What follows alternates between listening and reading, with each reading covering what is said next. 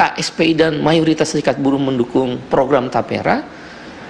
Karena perumahan itu adalah hak dasar rakyat. Yang pertama adalah yang perlu diperhatikan, kepesertaan atau kepemilikan. Di situ dikatakan peserta termasuk warga negara asing. Berbahaya dong. Ini Tapera kan perumahan-perumahan rakyat, perumahan-perumahan kelas menengah bawah, tipe 21, tipe 30. Warga negara asing mana nih yang diperbolehkan mempunyai atau memiliki rumah dengan melalui program Tapera? Nggak masuk akal. Berarti Anda sedang mempersiapkan bahwa unskilled workers itu boleh masuk ke Indonesia. Negara hadir dan bentuknya bukan tabungan yang diserahkan pada buruh, tapi sudah disiapkan rumahnya yang kemudian dibeli dengan harga. Presiden Joko Widodo baru-baru ini menandatangani peraturan pemerintah mengenai tabungan perumahan rakyat atau Tapera. Ya, keanggotaan Tapera meliputi seluruh pekerja yakni PNS, TNI, Polri, karyawan swasta, serta pekerja mandiri yang mendaftarkan diri. Kebijakan ini kemudian mendapat kritik keras dari berbagai pihak karena dinilai tidak tepat di tengah dunia usaha yang sedang terhimpit efek negatif pandemi COVID-19. Selain itu, kritik juga bergalir deras karena tidak adanya jaminan bagi peserta Tapera dapat memiliki rumah meski telah membayar iuran tepat waktu. Kami akan ajak Anda mendalami mengenai hal tersebut. Sudah bergabung bersama kami saat ini ada ekonom Rizal Ramli. Minta sudut pandangnya dari pihak luar seperti apa mengenai adanya program Tapera ini, Pak Rizal. Saya secara umum setuju bahwa semua rakyat kita berhak untuk dapat rumah. Tentu harus dipikirkan pembiayaannya. Tapi saya kaget soal timing. Ini rakyat kita BPJS sudah dinaikin, listrik lagi naik, pengangguran tinggi dan sebagainya dan sebagainya. Kok timingnya dilakukan hari ini? Kenapa sih nggak sabar dikit? Nungguin kalau tahun depan udah normal kembali, ya kan, orang udah kerja lebih stabil, baru kita laksanakan program ini. Saya khawatir banyak yang bikin kebijakan ini, mohon maaf, pemimpin itu harus ada hatinya buat rakyat. Ya, jangan main seenaknya aja. Tadi kan mau ngumpulin biaya murah, kalau caranya dengan motong gaji mah kerjaan paling gampang gitu. Ya, malak lah istilahnya, itu paling gampang gitu loh. Nah, yang kedua tidak jelas karena cukup banyak pegawai negeri yang sudah punya rumah. Bagaimana aturannya? Apa yang udah punya rumah juga tetap harus bayar atau tidak? Dan yang ketiga, namanya tabungan, ada bunganya apa enggak? Ya, jadi gini-gini soal teknis bisa dibahas. Nah, tetapi yang paling penting, rakyat kita lagi susah kok. Daya beli lagi rontok, pengangguran tinggi, BPJS udah naik, listrik naik, lain-lain naik.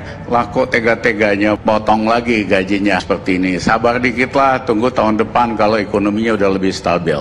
Baik, Bang Rizal Ramli tadi juga dikatakan oleh Bang Ali, kemudian Pak Wawan, mengenai sebenarnya ini secara konkret mereka akan mendapatkan rumah dan bukan tabungan, dan bagi yang sudah memiliki rumah artinya dapat bisa merenovasi rumah dan itu peruntukannya untuk rumah. Kalau untuk pandangan dari Bang Rizal sendiri seperti apa? Seperti saya katakan tadi, saya dan KSPI, teman-teman buruh, itu yang memperjuangkan Undang-Undang BPJS selama 2 tahun, zaman SBY, dari tahun 2011 sampai 2013. Sederhananya, perlu ada social security system supaya masyarakat, terutama golongan tidak mampu, bisa mendapatkan proteksi sosial, termasuk uang pensiun, kesehatan, dan perumahan.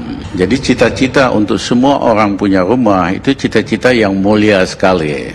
Nah, dari awal BPJS itu modal awalnya memang dibuat kecil sehingga ada masalah di kemudian hari. Nah, yang kedua adalah ada 2 kontribusi pekerja dan kontribusi perusahaan. Di Singapura itu rasionya 1:5, perusahaan kontribusi 5 kali dari kontribusi pekerja. Di negara lain juga ada yang 4 kali dan sebagainya. Sehingga ini dana yang diakumulasikan menjadi sangat besar. Ya, Bang Rizal, kalau tadi Bang Rizal membacanya bahwa dana BP dari situ pendapatannya bisa dipakai untuk mensubsidi perumahan rakyat.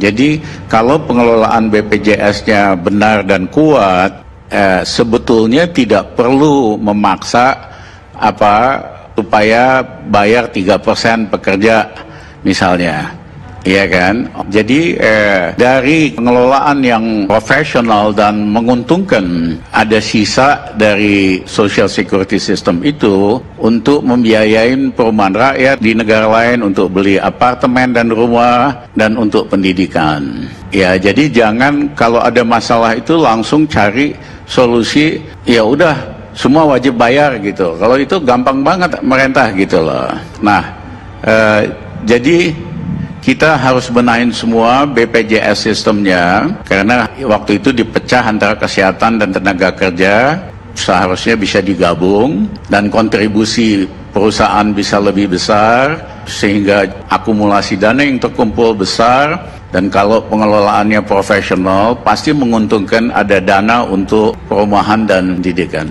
Satu lagi saya mau tambahkan. Bang Rizal, tadi ada poin yang penting disampaikan Bang Rizal bahwa seharusnya diselesaikan dulu BPJS-nya sehingga masyarakat tidak dibebani dengan iuran tapera ini. Artinya akan ada penumpukan beban yang diterima oleh masyarakat tanpa ada asas manfaat yang berlimpah. Ya, saya kira begini, kuncinya kan manajemen yang betul-betul profesional dan amanah. Ya, tetapi ada masalah struktural. Kita pisahkan BPJS ketenagakerjaan yang sangat menguntungkan, yang sangat banyak uangnya, dengan yang spending, yaitu kesehatan. Nah, harusnya itu kita gabungkan, tetapi harus diikuti dengan peningkatan kontribusi perusahaan, sehingga kita selesaikan masalah ini sekaligus.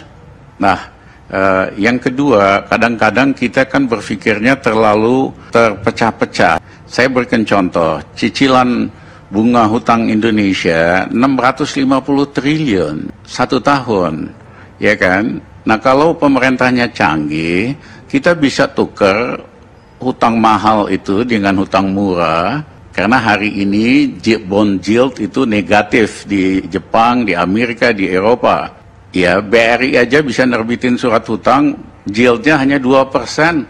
Pemerintah 2 kali lebih. Harusnya pemerintah setengah dari BRI. Nah, kalau kita lakukan dari cicilan bunga itu, akan ada penghematan sekitar 100-200 triliun. Yang kita bisa pakai buat membiayai pembangunan rumah, gunakan memperbaiki BPJS. Tapi cara berpikirnya ini segmented, terpisah-pisah, tidak melihat masalah besarnya. Bagaimana menyelesaikan? Selesaikan dulu masalah besarnya, nanti yang kecil turunannya.